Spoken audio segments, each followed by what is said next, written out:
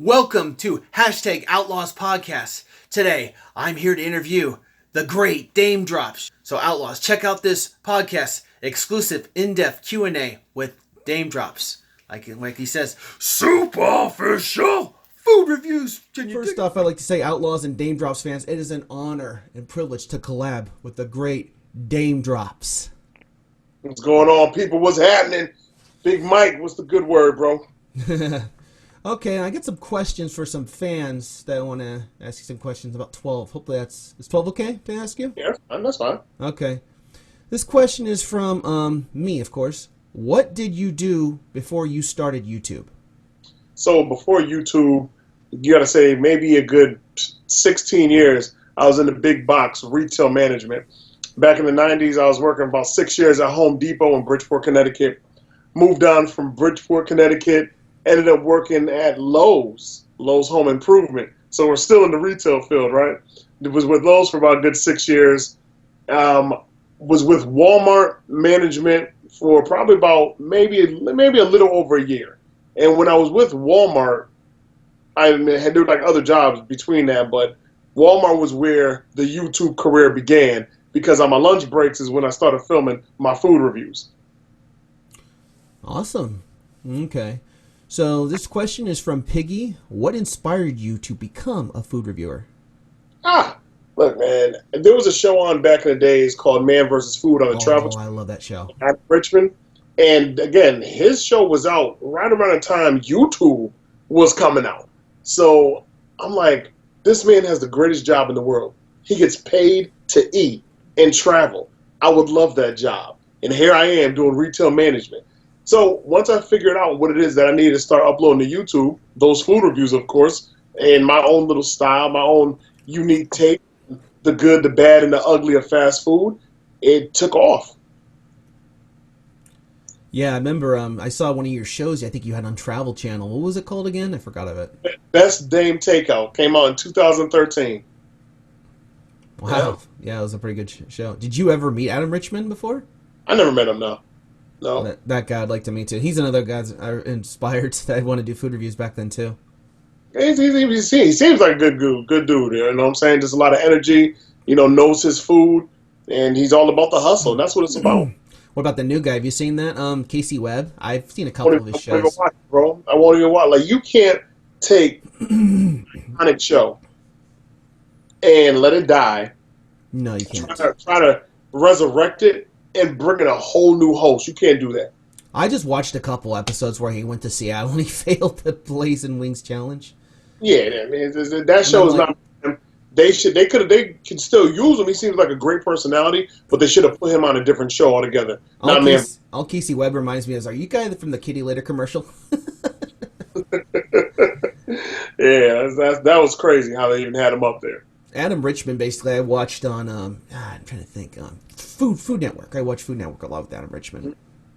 Yeah, he had a lot of shows, you know what I'm saying? And none of them had the success of Man vs. Food.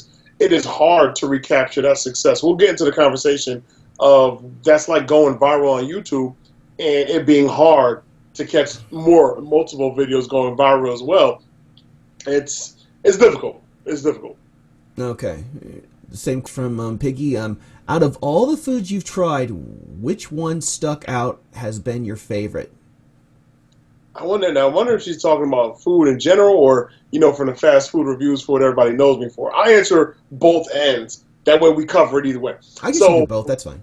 Yeah, for regular food, I am steak, potatoes type of guy. I love my soul food. Got the grits, got the collard greens, fried chicken, baked macaroni and cheese, cornbread. Like, we can go on and on all day with that. But as far as fast food, folks want to always know, is Five Guys still the ultimate burger for me? Because that's where I went viral. That's what everybody knows me for, is the Five Guys review. And I'd have to say no. It's Fat Burger on the West Coast. I love Fat Burger. Which one did you hate out of both? As far as a food that I just didn't like that I reviewed, I would have to say, aside from when I did the Subway review, and that's still on YouTube. I think that's when I was still cussing in my reviews too. But Subway came out with a pulled pork, and it was terrible. It was horrible. And I remember I think that was the first video where I threw food away in the video. Oh, you know what I'm saying? Yeah. I threw it away in the trash. And another one was when Burger King decided to come out with their French fry burger on the dollar menu. I threw that away in the Burger King trash. I remember that as well. So you basically just put the camera like, there you go, in the trash can. I would hold the camera on the food. You'd see me walking to the trash can, and then I showed myself dumping the food in the trash because the food was garbage. Okay, so we already asked which food review was your best for fast foods that you've reviewed that you would say would be your best? I mean, that's easy. That's the Five Guys, you know. Okay. And that was the food review that literally changed my life. We all go to work a 9 to 5, a 10 to 7, an overnight 8 to 4 in the morning, whatever the case may be. And a lot of us say, yo, we hate our job. And I was an individual who would say, I hate my job. And that Five Guys review, 2012, that was the last day I had to report to anybody else. It was October 25th, 2012. Off of that review, that I still get paid for to this day. Here we are, 2018. I still get checks because of that review. But that would be the one, the life change. You always know that one video that did it for you. That would be my video. Yeah, that was a good. Now, how'd you get that song where you sang "Oh My Goodness, Oh My Day"? Remember that song? I remember seeing that song of yours. That was awesome. Well, when my original food review went viral, and everybody was contacting, everybody was reaching out to me because going viral in 2012 was a big thing. That was a big to do. Anybody can get millions of views now on YouTube, and we see that happen. It's a daily thing, right? It's every day someone's getting 1 million, 2 million, 3 million views. Shane Dawson, 17 to 20 million in a day. But back then, it wasn't as easy. So when that particular video went viral, I remember Andrew Gregory reached out to me of the Gregory Brothers. The Gregory Brothers were extremely popular back then for auto-tune in the news. They did Antoine Dotson, Hide Your Kids, Hide Your Wife. And when they reached out to me, they're like, Daym, hey, listen, you don't know us. We love your food review of the Five Guys burger. We took that review, we turned it and auto-tuned it into a song. Here's the link, check it out. If you like it, let's do work together. Let's, do a contract up and all that good stuff. And that's exactly what we did. And, so shout out to the Gregory Brothers because of them and the viral flow of my video. Life is very different for your boy these days. Okay, this question comes from David Link, one of my biggest fans and hardcore subscribers. He's been with me since day one. How did you come up with your intro?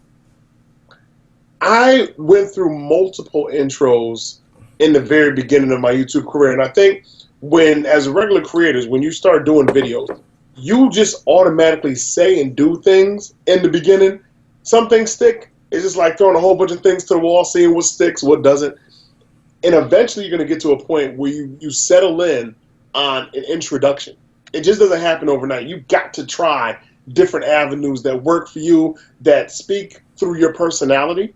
And that's what I was able to do. I remember, I would start off, hey, guys, and they'd be like, hey, YouTube, Facebook, what's going on? It's me and Daym Drops. And the more I kept doing it, I would add more, pull some stuff from movies that I love to watch. So then it was like, YouTube, Facebook, Twitter, it's your man Daym Drops back in with another super official food of you kids, baby. I know you can't hate. Listen, man. And a lot of that stuff is from old classic blaxploitation films that I loved watching as a kid, mixed in with my old YouTube intro, and that's how I was able to form the whole entire intro for my YouTube channel. Okay, one of my fans wanted to know what's his name is Pepe Roni. He wanted to know, what is it like working with Rachael Ray? Rachael is an amazing person. Let me tell you something. In this industry, when I say this industry, I'm talking about with just any level of YouTube fame and companies wanting you because you're becoming a brand, and they know that you can promote their stuff and it will get out to your subscribers, and they always want to offer you a deal, ping pong back and forth, blah blah blah. I went viral. I did stuff with Dr. Oz, did stuff with, Jimmy Fallon before he took over for Jay Leno. That's how the Rachael Ray Show found me, was when I was on Jimmy Fallon. She did something different, though. When I met with Rachael, she was like, you're not going anywhere else because I'm signing you. You know what I'm saying? You will be within my company now. And I've been with her for the past 4 years. She said, I have big plans for you. And when she put it out there like that, she is a woman of her word. She made sure I was on multiple episodes back to back, created a whole entire budget for me, had me with brand new experiences. So when it comes to anybody that's of their word, that can say this is what they're going to do and they make it happen, I have the utmost respect for people like that. So I have the utmost respect for Rachael Ray. How'd you get on Jimmy Fallon? Jimmy Fallon found me because of the Dr. Oz show. So Dr. Oz, his team found me because I went viral on YouTube. So he had me on the show talking about my weight, talking about healthy food reviews that he would love to see me do. And I guess Jimmy Fallon's people, or whoever runs their talent department, saw me on the Dr. Oz show, was like, oh, we got to get this guy. So they saw me on Dr. Oz, they went to my YouTube channel. Next thing I know, I'm doing 2 exclusive videos for Jimmy Fallon. He gave me a heavy plug, heavy shout out. This was 2013, 2014. It was crazy. And that's how that pretty much worked out. It's when hosts see you on other shows. And then you're starting to grow and, you can talk about big things together. Is that video still on YouTube? I got to check that out sometime. No, everything was late night Jimmy Fallon before he took over. Like everything he did before he took over for Jay Leno, they erased. Ah, darn it. I'd like to see that video sometime. Find something, you'll find a broken link. Like, you put Jimmy Fallon and Daym Drops in the search, somebody might have something, and it might look like a play video. To play it, it's a broken link. Okay, darn. Okay. This question is from Big Daddy TV, #better yourself. You've heard that guy, haven't you? I don't think so. Okay. It's like Big Daddy Food Reviews. He's a pretty good YouTuber. What is the best advice to revive a dying channel? Here's the thing, and it's a lot of creators that have been reviving their dying channels. Some creators walk away once they start losing the views, once they feel that their subscribers are against them. It's not easy to come back as your channel is sinking, but you have to find that plateau. You have to find that leveling ground, that common ground where individuals are still interested. Look into reinventing yourself. Like, YouTube is that one platform where reinventing the wheel is actually okay to do. A lot of people won't understand what you're doing. As people begin to fall off, they're getting older now, they're watching other creators. It has nothing to do with you so much. It's just they've been with you for a while, they moved on. It's no different than, you watching a new show that comes on TV. It's going into season 2. It's going into season 3. It's going into season 4. By season 3, you already tuned out. If it's not The Walking Dead, you've already tuned out. You're like, all right, I'm good on this. Or maybe you'll binge watch it later. And that's another thing that happens. YouTube is no different. You have to treat YouTube as a television network. When you watch one particular channel, that's the channel that happens to be your favorite show, but you have other favorite shows. And sometimes you get caught up in life, you get caught up in other shows, you forget to go back to that one favorite show that you loved in the beginning until it pops up as a trailer, or as, hey, this is going to be a promotion, and you see the promotion, oh, I used to like that show, let me go back and check it out again. So it's not always easy reviving a dead channel, but it can be done. It can be done. I mean, it's basically, you gotta have like your proper niche and stuff. I mean, if you're doing like, let's say, for example, anime, movies, food, gaming, podcasts, I don't think those are going to grow that hard, are they? No, you have to have a focus and create a separate identity that you do not advertise. And what I mean by that is that's a big mistake that I've made over the years, and I didn't know any better. So I made a mistake. I learned from it too. When you try to go outside of what you're known for and build something new on YouTube, a whole separate channel, but you use your main channel to promote that whole separate channel, people aren't 100% interested. Even though that's still you, that's not what they came for. So what you literally have to do is operate one main channel, and if it's food, then food is all you're doing here. If you're doing gaming on the second channel, you never promote your gaming channel on your main channel. You'll get a percentage of people, but you'll lose more people that only wanted to see your food. You want to build within the gaming community for your gaming channel. So to you, it's like, oh man, I got to start all over again. You're right. It's like going to 7th and 8th grade. You're sitting there in middle school, and you are, King Kong in 8th grade, right? You're looking down in the 7th grade. It's like, little kid, you're not learning nothing. However, the moment you graduate from 8th grade, you go all the way back down to the beginning and become a freshman. You see what I'm saying? So you go Yeah. from the top level and you drop straight down because now you're a freshman and you have to work up to being a senior. So here it is, your main channel, 8th grade, and then, oh, I need to start a new channel. Your gaming channel, freshman year. You're at the bottom, you have to earn your position. And you can't use being in 8th grade to earn your position. Because just because you said, hey, I graduated 8th grade, nobody in senior level is going to respect you. They don't care that you graduated from 8th grade and now you're a freshman. You're still at the bottom. And that's the best way to look at it. Wow. The thing is, I started like another gaming channel for my other character of mine. But is there any way I can get my channel building and then that channel building at the same time if I like promote that channel at the end of my videos and then promote my channel at the gaming, or that won't work? Here's the best way to do it. If you have a secondary channel, promote it on your platforms outside of YouTube. Okay. And what I mean by that is like with Twitter, with Instagram, because that's a part of your audience, but also a new audience. Facebook, whatever you have going on YouTube, second, third, fourth channel, whatever, promote all those channels outside of your main. Don't destroy your main channel so it carries your other channels, because you're going to lose your subscriber base trying to do that. Well, the thing is, I join a lot of groups on Facebook, and I promote my videos for my food and stuff. So it is helping a lot. Yep. That, people understand, man. They're like, we all did it. We all took our main, our main pie, if you will, and we started cutting pieces out of that pie to try to support what else we have going on, and it just destroyed that original pie. When you have that pie whole and you're running with just that, and you're not going outside the pie, you don't have pumpkin pie and you're taking apple pie and trying to stick it into pumpkin pie. It might taste good, it might not, but you're destroying your pumpkin pie, right? Exactly. If you're gonna have apple pie, just have your apple pie. You won't take your pumpkin pie to talk about your apple pie.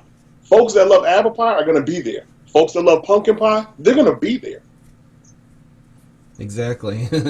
So would I need a different Twitter handle, or can I use the same one for my secondary channel? Use the same one. And literally put the link to your other channel inside your Twitter description. Like basically, check out this video, and if you like it, subscribe to my second channel, for example. Yeah, and you put the link right there. That's you can do get all these subscribers, because I'm doing it every single time. Confirmation for subscribe. It's helping a lot. Same thing on Instagram. Put everything into your little bio right there, and then where it says website, put the website of wherever you want these people to go. You got it. Okay. This is from Big Daddy, #BetterYourself. I have lost 190 pounds since last year. Have been on a strict diet. What are your favorite diet foods? I'm an OG, triple OG. Here's my thing, right? All the dieting, weightlifting I did that in my 20s. Now I just create balance. I'm happy creating balance. I don't eat the foods that I used to eat off this whole entire YouTube hustle. But when I do actually have my dinners and everything, it's not a massive plate. It's a very small plate, right? And then when I hit the gym is when I hit the gym. But I don't stress myself when it comes to dieting.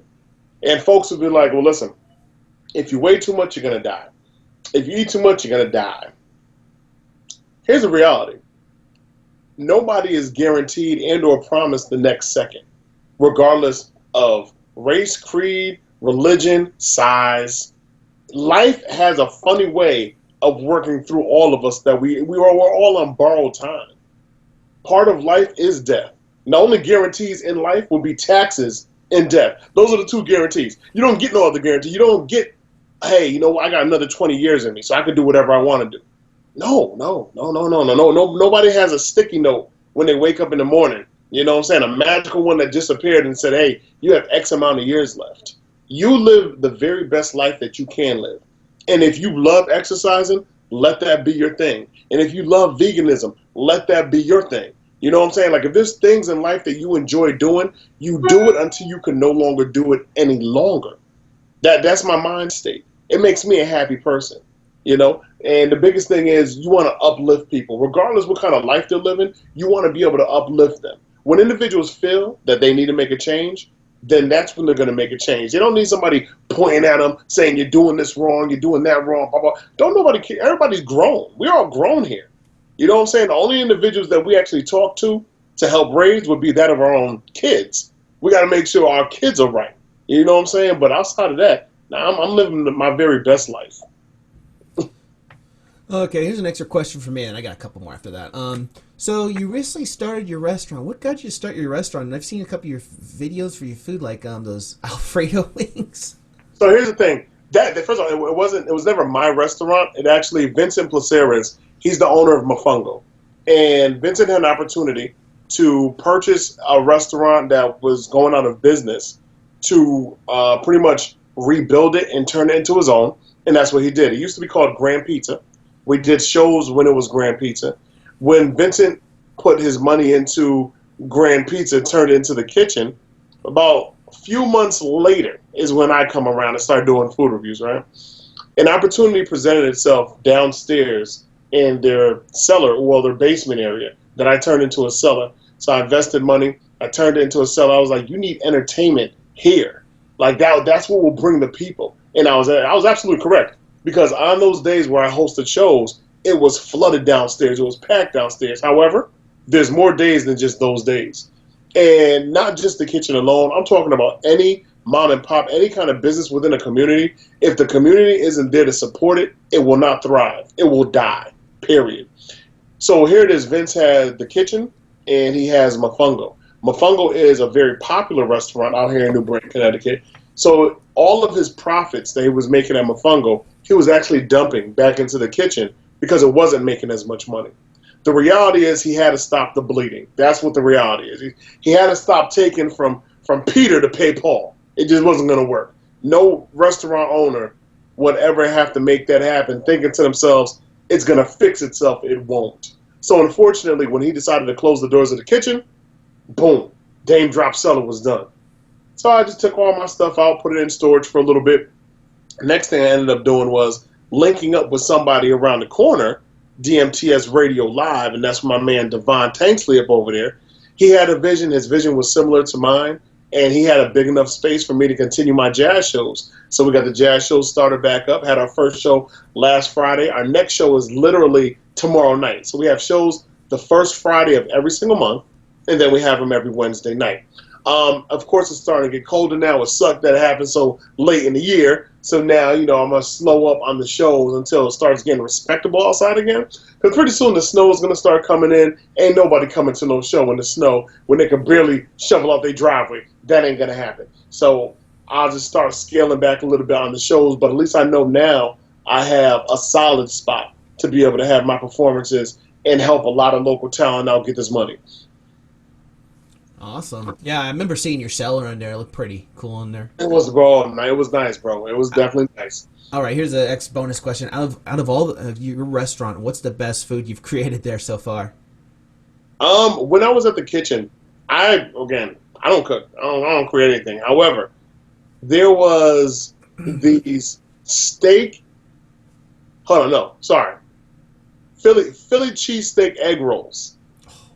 That they were like this thick. They were like super fat. And Mike, let me tell you something. When the folks came, that's all they wanted to order. You took a bite out of that, it was pure. It was heaven every single time. Every single time, bro. Oh, man, I might have to hit up the dude that used to be a chef over there and just have him come make them for me. I think it was amazing. I swear to God, if I ever go there in person and meet you there, I'm probably going to want to collaborate with you again with those steak rolls. It was crazy. It was good stuff, man. Hopefully, the kitchen ends up being open again, It's still there and everything. He just took all his stuff out of there. He's looking for another investor. So if someone comes in with the super big pockets, super millionaire, then the kitchen will be back again. So that was the name of your restaurant, called The Kitchen? What's the name of it? Well, it's his restaurant. It was called The Kitchen. Oh, okay. Mm-hmm. Now, I don't have my own restaurant yet. Oh, okay. I'm on the entertainment side of things. Oh, sweet. Okay, this question is from Superplexer. If you were to fight in a YouTube boxing match, like KSI versus Logan Paul, which celebrity would you want to take on? Ooh, let's see. I got to be fair because a lot of these dudes here, they're going to get that business. I guess. Nah, Lamar Wilson's kind of tiny. He get hurt. Black Nerd is kind of tiny too. They're both short. They both would have to fight each other. They would have to be like the card before the big match. it would be Lamar Wilson versus Black Mirror. That'd be a good fight. I'm trying to figure who I would have to. I guess I'd have to go against my boy Rob Dyke. He's the only one of the same height and size. Yeah, Rob. It'll be Rob Dyke. Is he a pretty big YouTuber? Seriously Strange. Rob Dyke, huh? Yeah, that's my man right there. That's my man, 100 grand. But if I had to fight, I'd have to fight my boy. I gotta make sure it's fair. I can't pick someone like Keemstar. Like I'll eat poor Keemstar alive. He wouldn't make it. What about the food drama? reviewers? Huh? What if there's a food reviewer boxing match? Like Ken Domick? Oh, that'd be a good match. KVD Productions? Oh, it might be interesting. Ken is almost about to say he's pretty tall. He's pretty tall. It might work. If it was a foodie boxing match, yeah. It would be either me and Ken or me and Randy Santel. When I was at the Seahawks game, Ken was actually there. I tried to text him, see if I could meet up and say hi. I didn't hear anything from him, but it's okay. He was in Seattle. Ken, he's a traveling man right there. He travels a lot. Okay, let's see. You have succeeded on YouTube. Any advice for any new YouTubers? Don't give up so easily. And this is what I watch a lot of content creators do. They come into YouTube and they say, hey, listen, man, I'm uploading, once a week. I'm uploading twice a week. I'm giving it my all, but, I'm feeling the pressure. I'm feeling like I need to put out more and I just don't have time. You do what you can do, what you have time to do. So if that's one video a week, then it's one video a week. Just make sure you release that video on the same day every week. And I'm going to tell you why. You can't release a video on Monday and then release a video on Friday of the following week and then release a video on Wednesday of the week after, because you do not have consistency. And even though you're releasing a video once a week, you don't have a consistent schedule for people to follow. The reason that television shows do so well on TV is because right now, Mike, you know your favorite show on TV, right? You also know what time it comes on and what day it comes on. Exactly. And if by chance that time and day come around and they don't air your show, you're sitting there trying to figure out what happened. Is it, the president doing a speech or something, knocking my show out? Like, what's going on? You have to treat your YouTube channel like a television show that you love, and make sure that you're uploading on the same day and the same time every week. So even if that's one video a week, keep it to a schedule.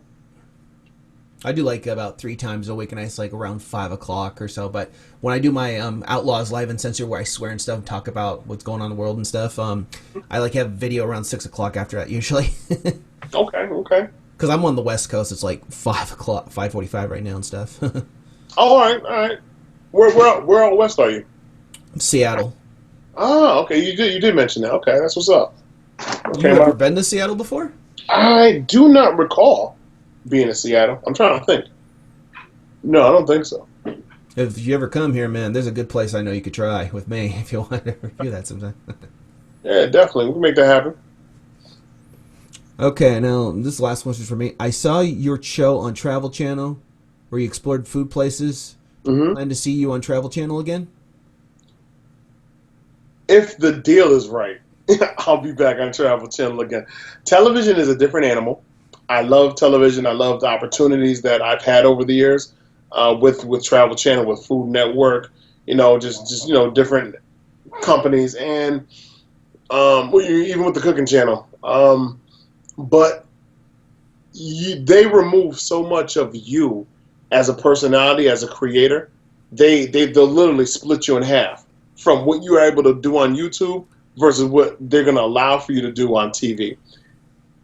And when that check comes in, folks do what they got to do. I watch YouTubers do it all the time. The moment they get a television show, you see the split. You see the change. And it's hard to trust them much after that. All right? So if there's a show out there where it allows me to be me, 100% me, I'll do it. Outside of that, I won't. Oh, okay. Gotcha. In the past, I've actually had, issues with YouTubers, but you kind of buried a hatchet in good surf, so I'm glad I'm in good terms with all the food review community and stuff. Yeah, man, the food review community to me, the community here is a great one. We all don't mind working with each other. Well, I understand, with Review Bruh, I would love to have done a collaboration with him because he's out in Florida. I'm always in Florida. But, you know, with him, it's just like he's more of an introvert, kind of keeps to himself. So he's not really out there in the public, though he is a big figure on YouTube, and he's grown tremendously. However, that side of fame isn't necessarily for him, as he describes. You know, so, but as far as collaborations, that probably one of the collaborations I would like to still be able to make happen one day. You have collab with Review Brawl, or you haven't yet? No, I haven't. He just, like, his response is, you know, he kind of keeps to himself for the most part. Yeah, the thing is, I've been trying to get on my podcast. I haven't heard any replies, but, you know, maybe one day it might happen. You never know. You never know. I know, you know, and it's not that it won't happen, because I know there was a moment where he was supposed to do a podcast with H3H3, and something happened where it didn't happen. So he does pick and choose who he's interested in working with. That he definitely does. All right. Is there anything you would recommend for SoundCloud? Because I'm thinking maybe in the future one day doing like a radio show, you know, kind of like how he does it, you know, one day. Mm-hmm.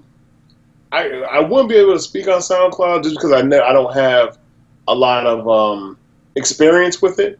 However, there's someone that I do work with that's on my team who is Joey Nato. You can look at his channel on YouTube. He does producer reacts. So he's an artist, but he's also a producer, produces a lot of his own music. And so he reacts to other songs that are on YouTube, but he knows 100% about SoundCloud. So you might want to reach out to him on Twitter or something. I'm sure he'll definitely, you know, do a podcast with you and be able to break SoundCloud down for you. Oh, that'd be awesome. Because, you know, one day in the future, you know, a lot of people think I'm going to be big one day, but I say, you know, if it happens, it happens. You know, I'll keep, you know, making those videos, you know. Right. Like one of my favorite YouTubers says, you make videos because you like making videos. You don't think, oh, it's a chore making videos. You do it because it's fun and exciting. Mm-hmm. Indeed. That's the truth.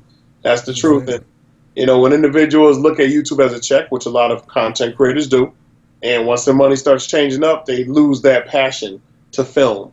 You know, but the reality is we started, for those of us that are really old school, we started not making a single penny. We did it because we loved it.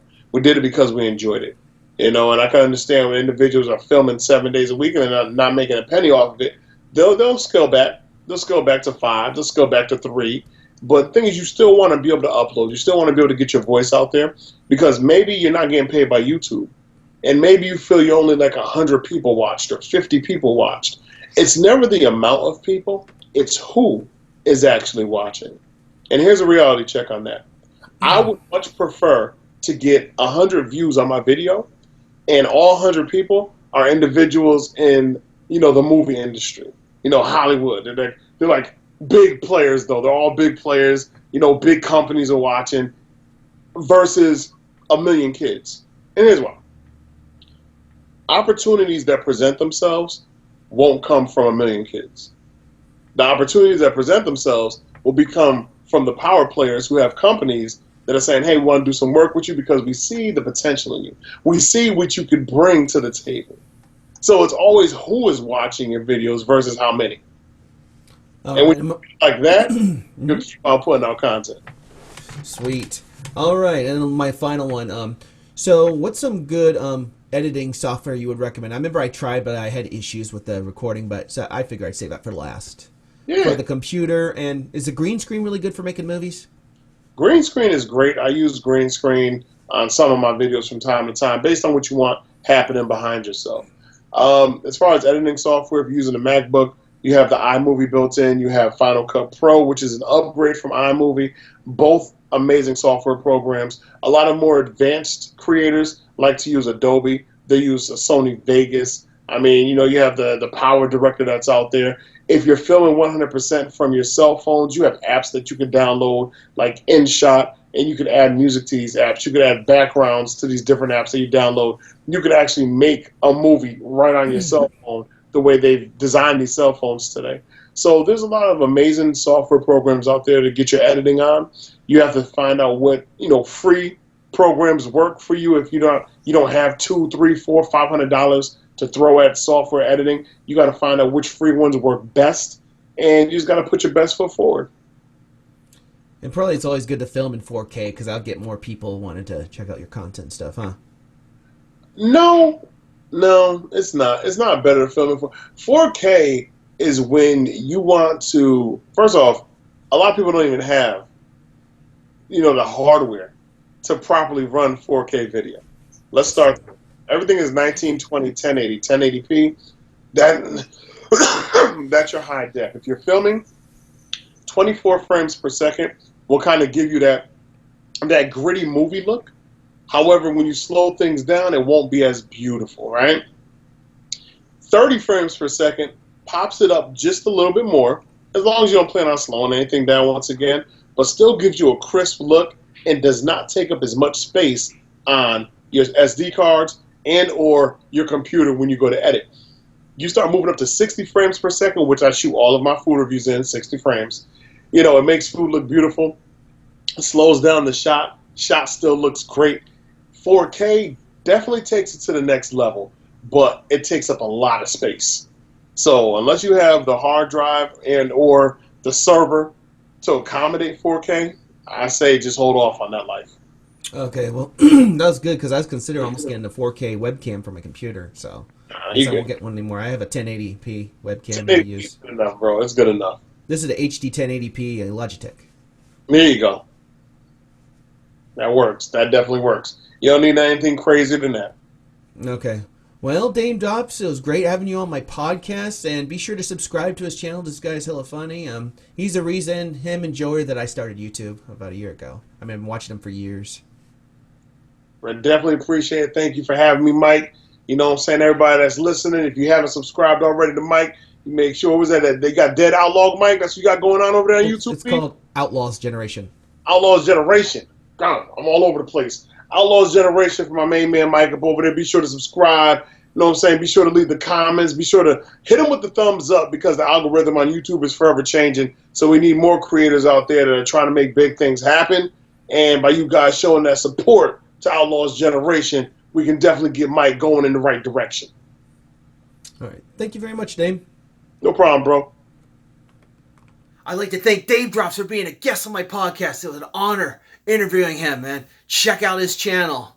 This guy is awesome, and he's the reason I started food reviews. And also, Outlaws, check out my podcast, because I have a great podcast on this channel. Food content, my food reviews, Daily Outlaws, 5-star food reviews, and James Data Trying Gaming.